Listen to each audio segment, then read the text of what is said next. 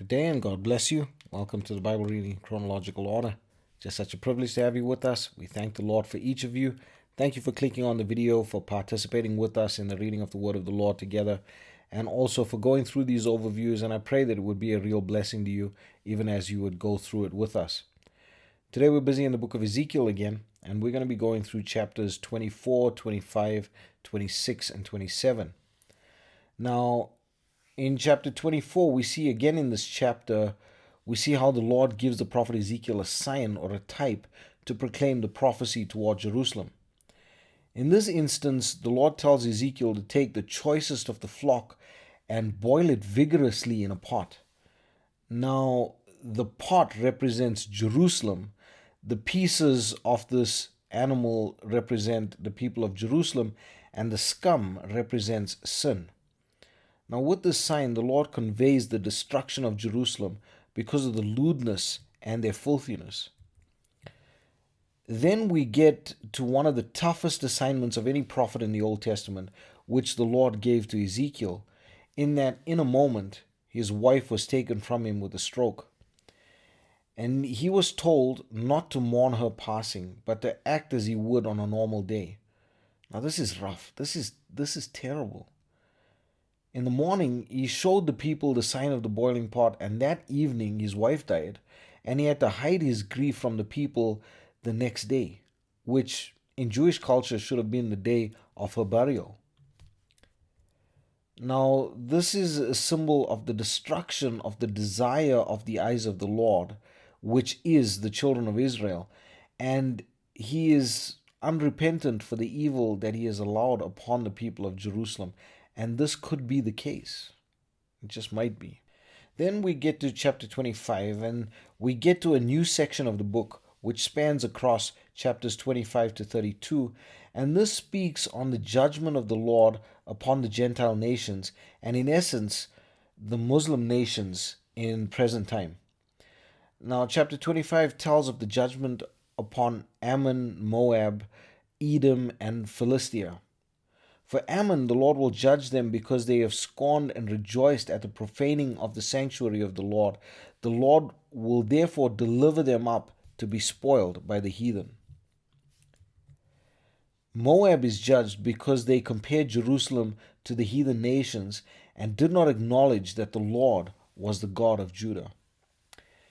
Edom, as we have gone through in the book of Obadiah, because they took vengeance against the house of Judah, the Lord vows to destroy man and beast from it and make it desolate. And against Philistia, the Lord will take vengeance against it because they took vengeance against Israel with a despiteful heart and hatred. Then we get to chapters 26 and 27, which we're going to deal with as a set, because these chapters, including chapter 28, is speaking of the judgment of the Lord against Tyrus. Now, we will have to get into chapter 8 to truly understand the depth of why this nation is so focused on. I mean, we just had one chapter speaking judgment to 4 nations, and now we have 3 chapters that will focus on the judgment on 1 nation. There is definitely something more to this. But when we look at chapters 26 and 27, we see the promise of destruction to the land of Tyrus by Nebuchadnezzar, the king of Babylon. Now we must remember that this is the judgment of the Lord on Tyrus, using Babylon as his instrument of judgment. This judgment was because they were mercenaries who looted Jerusalem when they were attacked. But now they will be pillaged and spoiled by Babylon for what they did against Judah. And it will be a warning to the people and the nations around her. And so Ezekiel is called to take up a lamentation for Tyrus because a once wealthy nation, a capital of trade because of their ports and access to trade routes via the sea, they have erred in putting their trust in themselves. The city had all the best wealth and enjoyed riches from around the known world, and the merchants and the mariners and captains were amazed and astonished at the beauty and wealth of Tyrus. Yet all will mourn her destruction, and she shall be a terror to all that have seen her destruction. This is where we're going to leave it for today. I pray that the Lord would bless you and keep you. May his face shine upon you. May he give you peace. God bless you as you enjoy the reading of the word today. Chapter 24. Again in the 9th year, in the 10th month, in the 10th day of the month, the word of the Lord came unto me, saying, Son of man, write thee the name of the day, even of this same day. The king of Babylon set himself against Jerusalem this same day. And utter a parable unto the rebellious house, and say unto them, Thus saith the Lord God, Set on a pot, set it on, and also pour water into it. Gather the pieces thereof into it, even every good piece, the thigh and the shoulder, fill it with the choice bones. Take the choice of the flock, and burn also the bones under it, and make it boil well, and let them seethe the bones of it therein. Wherefore, thus saith the Lord God, Woe to the bloody city, to the pot whose scum is therein, and whose scum is not gone out of it. Bring it out piece by piece. Let no lot fall upon it. For her blood is in the midst of her. She set it upon the top of a rock. She poured it not upon the ground to cover it with dust, that it might cause fury to come up to take vengeance. I have set her blood upon the top of a rock, that it should not be covered. Therefore thus saith the Lord God, Woe to the bloody city! I will even make the pile for fire great. Heap on wood, kindle the fire, consume the flesh, and spice it well, and let the bones be burned. Then set it empty upon the coals thereof, that the brass of it may be hot and may burn, and that the filthiness of it may be molten in it, that the scum of it may be consumed. She hath wearied herself with lies, and her great scum went not forth out of her. Her scum shall be in the fire. In thy filthiness is lewdness. Because I have purged thee, and thou wast not purged, thou shalt not be purged from thy filthiness any more, till I have caused my fury to rest upon thee. I, the Lord, have spoken it. It shall come to pass, and I will do it. I will not go back, neither will I spare, neither will I repent. According to thy ways, and according to thy doings, shall they judge thee, saith the Lord God. Also the word of the Lord came unto me, saying, Son of man, behold, I take away from thee the desire of thine eyes with a stroke. Yet neither shalt thou mourn nor weep, neither shall thy tears run down. Forbear to cry. Make no mourning for the dead. Bind the tire of thine head upon thee, and put on thy shoes upon thy feet, and cover not thy lips, and eat not the bread of men. So I spake unto the people in the morning. And at even my wife died. And I did in the morning as I was commanded.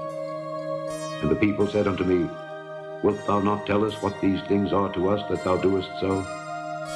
Then I answered them, The word of the Lord came unto me, saying, Speak unto the house of Israel, Thus saith the Lord God, Behold, I will profane my sanctuary, the excellency of your strength, the desire of your eyes, and that which your soul pitieth.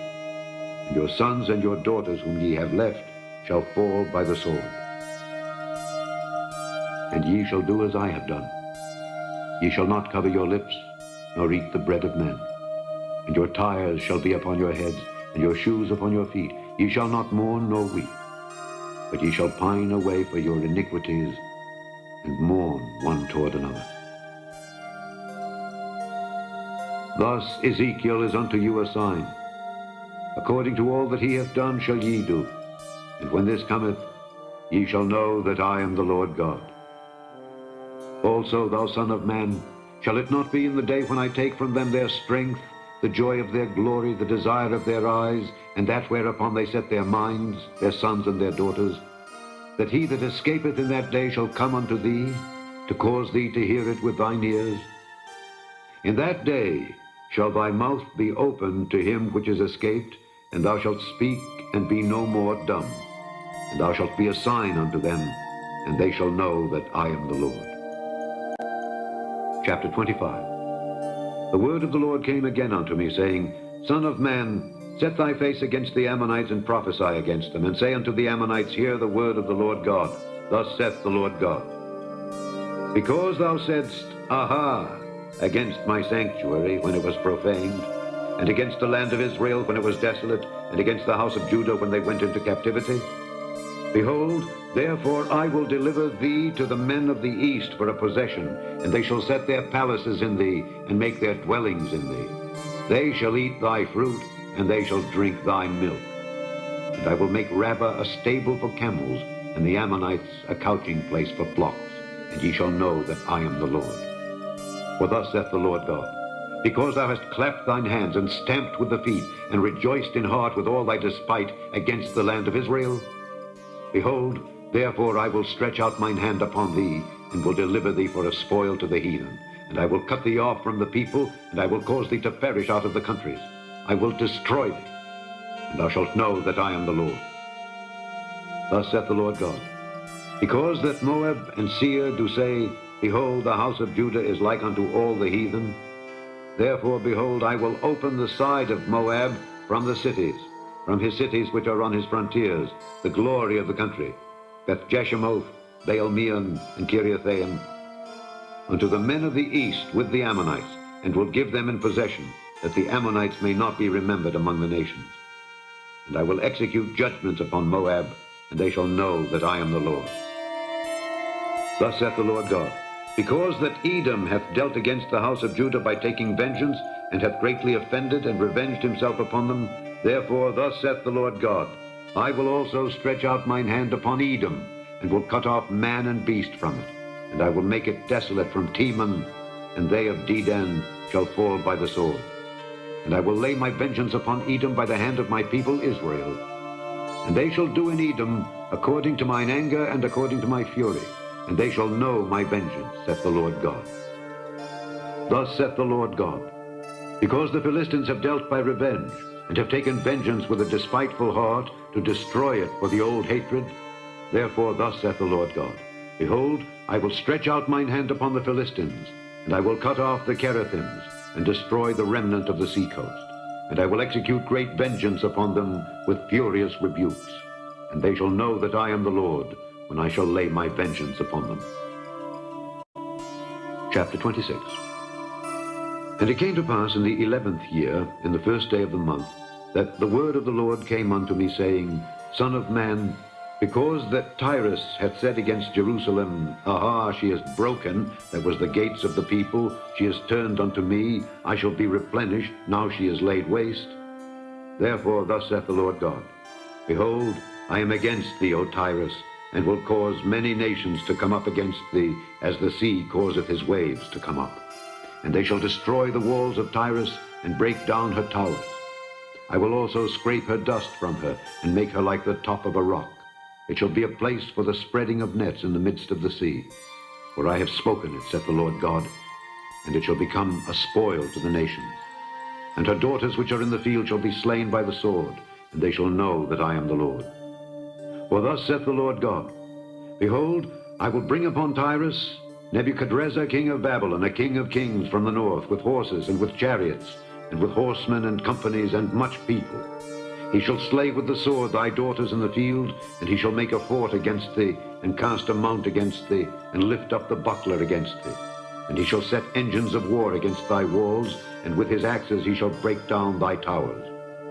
By reason of the abundance of his horses, their dust shall cover thee. Thy walls shall shake at the noise of the horsemen, and of the wheels, and of the chariots, when he shall enter into thy gates, as men enter into a city wherein is made a breach. With the hoofs of his horses shall he tread down all thy streets. He shall slay thy people by the sword, and thy strong garrison shall go down to the ground. And they shall make a spoil of thy riches, and make a prey of thy merchandise. And they shall break down thy walls, and destroy thy pleasant houses. And they shall lay thy stones, and thy timber, and thy dust in the midst of the water. And I will cause the noise of thy songs to cease, and the sound of thy harps shall be no more heard. And I will make thee like the top of a rock. Thou shalt be a place to spread nets upon. Thou shalt be built no more. For I, the Lord, have spoken it, saith the Lord God. Thus saith the Lord God to Tyrus, shall not the isles shake at the sound of thy fall, when the wounded cry, when the slaughter is made in the midst of thee? Then all the princes of the sea shall come down from their thrones, and lay away their robes, and put off their broidered garments. They shall clothe themselves with trembling. They shall sit upon the ground, and shall tremble at every moment, and be astonished at thee. And they shall take up a lamentation for thee, and say to thee, How art thou destroyed, that wast inhabited of seafaring men? the renowned city, which wast strong in the sea, she and her inhabitants, which caused their terror to be on all that haunt it. Now shall the isles tremble in the day of thy fall. Yea, the isles that are in the sea shall be troubled at thy departure. For thus saith the Lord God, when I shall make thee a desolate city like the cities that are not inhabited, when I shall bring up the deep upon thee, and great waters shall cover thee, when I shall bring thee down with them that descend into the pit, with the people of old time, and shall set thee in the low parts of the earth, in places desolate of old, with them that go down to the pit, that thou be not inhabited, and I shall set glory in the land of the living. I will make thee a terror, and thou shalt be no more. Though thou be sought for, yet shalt thou never be found again, saith the Lord God. Chapter 27. The word of the Lord came again unto me, saying, Now, thou son of man, take up a lamentation for Tyrus, and say unto Tyrus, O thou that art situate at the entry of the sea, which art a merchant of the people for many isles, thus saith the Lord God, O Tyrus, thou hast said, I am of perfect beauty. Thy borders are in the midst of the seas. Thy builders have perfected thy beauty. They have made all thy shipboards of fir trees of Senir. They have taken cedars from Lebanon to make masts for thee. Of the oaks of Bashan have they made thine oars. The company of the Asherites have made thy benches of ivory, brought out of the isles of Kittim. Fine linen with broidered work from Egypt was that which thou spreadest forth to be thy sail. Blue and purple from the isles of Elisha was that which covered thee. The inhabitants of Zidon and Arvad were thy mariners. Thy wise men, O Tyrus, that were in thee were thy pilots. The ancients of Gebal and the wise men thereof were in thee thy caulkers. All the ships of the sea with their mariners were in thee to occupy thy merchandise. They of Persia and of Lud and of Phut were in thine army, thy men of war. They hanged the shield and helmet in thee. They set forth thy comeliness. The men of Arvad with thine army were upon thy walls round about, and the Gammadims were in thy towers. They hanged their shields upon thy walls round about. They have made thy beauty perfect. Tarshish was thy merchant by reason of the multitude of all kind of riches. With silver, iron, tin, and lead they traded in thy fairs. Javan, Tubal, and Meshech, they were thy merchants. They traded the persons of men and vessels of brass in thy market. They of the house of Togarmah traded in thy fairs with horses and horsemen and mules. The men of Dedan were thy merchants. Many isles were the merchandise of thine hand. They brought thee for a present horns of ivory and ebony. Syria was thy merchant by reason of the multitude of the wares of thy making. They occupied in thy fairs with emeralds, purple, and broidered work, and fine linen, and coral, and agate. Judah and the land of Israel, they were thy merchants. They traded in thy market wheat of Minnith and Panac, and honey and oil and balm. Damascus was thy merchant in the multitude of the wares of thy making, for the multitude of all riches, in the wine of Helbon and white wool. Dan also and Javan, going to and fro, occupied in thy fairs. Bright iron, cassia, and calamus were in thy market. Dedan was thy merchant in precious clothes for chariots. Arabia and all the princes of Kedar, they occupied with thee in lambs and rams and goats. In these were they thy merchants. The merchants of Sheba and Raamah, they were thy merchants. They occupied in thy fairs with chief of all spices, and with all precious stones and gold. Haran and Cani and Eden, the merchants of Sheba, Asher and Kilmad were thy merchants. These were thy merchants in all sorts of things, in blue clothes and broidered work, and in chests of rich apparel, bound with cords and made of cedar among thy merchandise. The ships of Tarshish did sing of thee in thy market, and thou wast replenished, and made very glorious in the midst of the seas. Thy rowers have brought thee into great waters. The east wind hath broken thee in the midst of the seas.